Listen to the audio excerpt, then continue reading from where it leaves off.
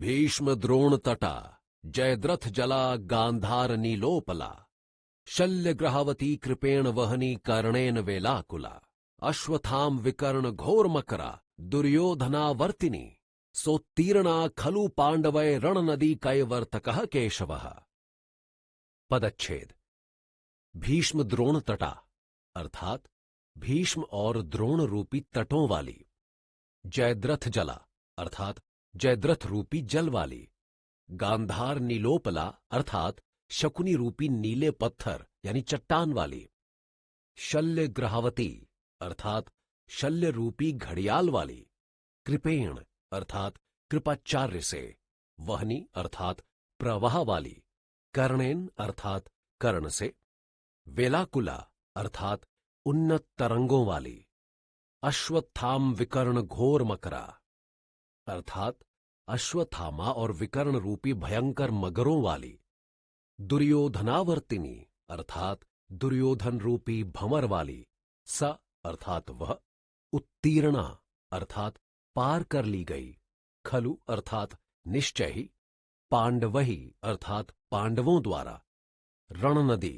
अर्थात युद्ध रूपी नदी, कैवर्तकः अर्थात मल्लाह नाव खिवैया, केशवः अर्थात कृष्ण। अनुवाद। भीष्म और द्रोण जिसके दो बड़े बड़े किनारे थे, जयद्रथ जिसका अगाध जल था, गांधार नरेश शकुनी जिसमें बड़ी नीली चट्टान था, शल्य जिसमें घड़ियाल था, कृपाचार्य जिसका तीव्र प्रवाह था, कर्ण जिसकी ऊंची ऊंची लहरों का समूह था, अश्वत्थामा और विकर्ण जिसमें भयंकर मगरमच्छ थे, तथा दुर्योधन जिसमें घातक भंवर था, ऐसी दुस्तर कुरुक्षेत्र युद्ध रूपी नदी को भी पांडवों ने निश्चय ही सहज ही पार कर लिया, क्योंकि उनके मल्लाह कर्णधार भगवान कृष्ण थे। टिप्पणी। यहां कौरवों और पांडवों के बीच हुए 18 दिवसीय कुरुक्षेत्र युद्ध की उपमा एक भयावह अवरोधपूर्ण नदी से की गई है। किसी ऐसी नदी को जिसके किनारे सुदृढ़, सीधे तथा ऊंचे खड़े हों, जल अति गहरा, तीव्र प्रवाह वाला तथा प्रचंड लहरों से आकुल हो, और जो बड़ी बड़ी चट्टानों, विकराल घड़ियालों, मगरमच्छों तथा भंवरों से व्याप्त हो। पार करने की चेष्टा करना साक्षात मृत्यु का आह्वान करना होता है। प्रायः वही स्थिति पांडवों की भी इस युद्ध में थी।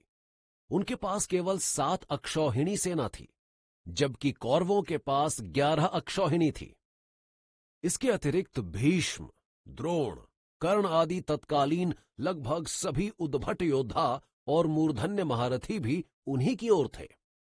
फिर भी विजयश्री ने पांडवों का ही वर्ण किया, क्योंकि उनका नेतृत्व, समर संचालन द्वारकाधीश कृष्ण के कुशल हाथों में था।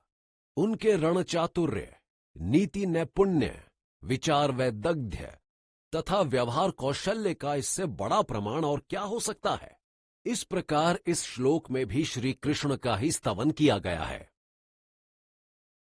पाराशर्य वचः सरोजम वलम गीतार्थ गंधोत्कटम नानाख्यान केसरम हरिकथा संबोधना बोधितम लोके सज्जनष्ट पदैर हरः पेपीयमानं मुदा भूयाद भारत पंकजम कलिमल प्रध्वंसी नः श्रेयसे।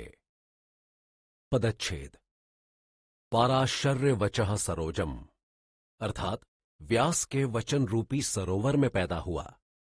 अमलम अर्थात निर्मल, गीता अर्थ गंधोत्कटम अर्थात गीता के अर्थ रूपी सुगंध से अत्यंत सुवासित, नानाख्यानक केसरम अर्थात नाना प्रकार की कथा रूपी केसर वाला, हरि कथा संबोधना बोधितम अर्थात भगवान की कथा के उपदेश से विकसित, लोके अर्थात संसार में, सज्जन षटपदैः अर्थात सज्जन रूपी भ्रमरों से, अहरह अर्थात प्रतिदिन, पेपीयमानम अर्थात बारंबार पिया जाने वाला, मुदा अर्थात आनंदपूर्वक, भूयात यानी हो, भारत पंकजम अर्थात महाभारत रूपी कमल, कलिमल प्रध्वंसी अर्थात कलिकाल के पापों को नष्ट करने वाला, नः यानी हमारे श्रेयसे अर्थात कल्याण के लिए।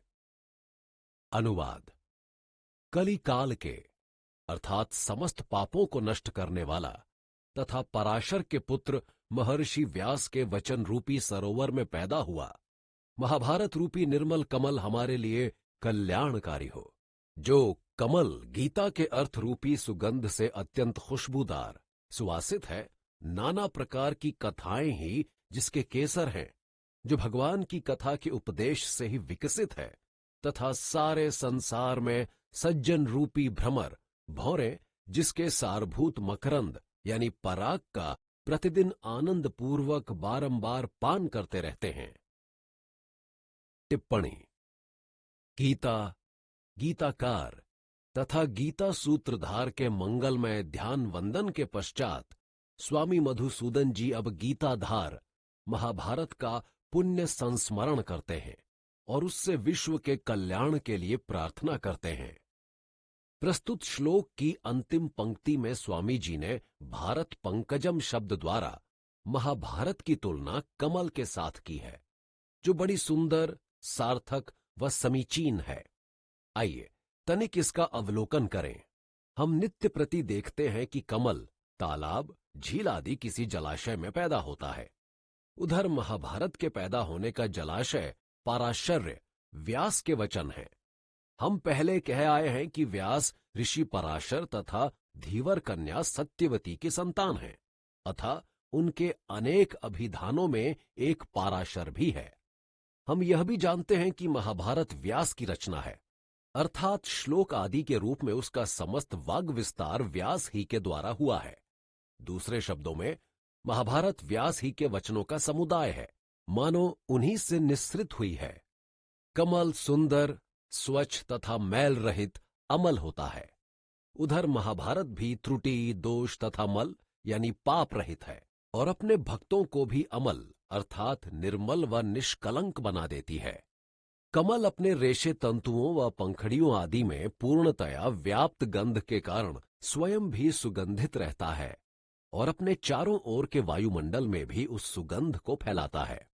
उधर महाभारत की सुगंध, सुख्याति व सदुपयोगिता का स्रोत उसके मध्य में स्थित भगवत गीता का निष्काम कर्म तथा निर्लोभाव रूपी सदुपदेश है, जिसने गीता ही को नहीं अपितु उसके कारण महाभारत ही को विश्व का सर्वोत्कृष्ट ग्रंथ बना दिया है और उसके माध्यम से मानव मात्र ही को लाभान्वित कर दिया है। कमल में उसकी सुंदरता बढ़ाने व सुगंध फैलाने का काम उसके केसर, सूत्र व तंतु करते हैं। उधर महाभारत में उसकी महत्ता व उपादेयता बढ़ाने का काम उसमें विशाल मात्रा में वर्तमान लौकिक कथाएं, ऐतिहासिक गाथाएं तथा पौराणिक आख्यान करते हैं। कमल अपनी तीव्र गंध तथा परम सुंदरता के कारण अपने पूर्ण विकास को प्राप्त होता है।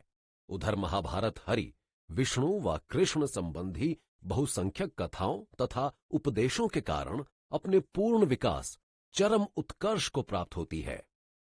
कमल तथा महाभारत की तुलना के क्रम में अब हम अपने श्लोक की तीसरी पंक्ति पर आते हैं। इसका प्रत्येक शब्द बड़ा सोद्देश्य व सारगर्भित है। देखिए, इधर कमल का रस भौरे पीते हैं और उधर महाभारत का आनंद सज्जन लेते हैं। ऐसा नहीं है कि एक बार रस पीकर उड़ जाने के बाद भौरे उस कमल पर फिर लौटकर नहीं आएंगे और उसका रस नहीं पिएंगे, बल्कि बार बार पिएंगे। इसलिए पेपीयमानम शब्द प्रयुक्त किया गया है, न कि पीयमानम।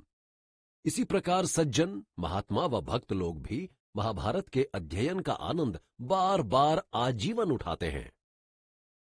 फिर कमल रस को भौरे मन मारकर अथवा बाध्य होकर नहीं पीते, बल्कि अपनी ही इच्छा से और पूरे आनंद से पीते हैं। इसलिए मुदा शब्द कहा गया है। इसी प्रकार सज्जन भी अनिच्छा या विवशता से महाभारत का पठन पाठन नहीं करते, अपितु आनंदवश करते हैं। भौरों के रसपान का समय यहां अहरह से निर्दिष्ट किया गया है, जो नितांत युक्ति युक्त है। अहरह का शाब्दिक अर्थ है दिन दिन में। यह सर्वविदित है कि कमल सूर्यास्त के साथ बंद हो जाता है और फिर अगले दिन सूर्योदय होने पर ही खुलता है। जब रात भर कमल का मुंह बंद ही रहेगा तो भंवरे कैसे उसके अंदर घुस सकेंगे। इस प्रकार वे केवल दिन ही दिन में पीते हैं। यदि वे रात को भी रस पी सकते होते तो कदाचित अहरह के बजाय अहर्निशम शब्द प्रयुक्त हुआ होता। स्वामी जी ने यहां भंवरे के लिए षटपद शब्द का प्रयोग किया है, जो बहुत ही उपयुक्त है। षटपद का अर्थ है 6 पैरों वाला। भंवरे की 6 ही टांगे होती हैं, जिनके द्वारा वह वस्तुओं के साथ संपर्क कर बाह्य जगत का बोध करता है। अब यही शब्द सज्जन के साथ भी बिल्कुल ठीक बैठता है, क्योंकि वह भी 6 टांगों वाला है। ये टांगे उसकी 5 कर्मेंद्रियों तथा मन को मिलाकर बनती हैं। इन 6 माध्यमों के द्वारा ही तो मनुष्य बाह्य जगत के साथ संपर्क में आता है और अनुभूति प्राप्त करता है। इस प्रकार एक ही शब्द का प्रयोग दोनों ओर कितना सुंदर, कितना सही बैठता है। एक अंतिम शब्द रह गया है, लोके। इसका अभिप्राय है कि सज्जन रूपी भंवरे महाभारत रूपी कमल का रसास्वादन केवल भारत में अथवा किसी अन्य विशिष्ट भूखंड ही में नहीं, अपितु समग्र विश्व भर में करते हैं। सो प्रत्येक शब्द के प्रयोग करने में कोई ना कोई कारण है, कोई उद्देश्य है।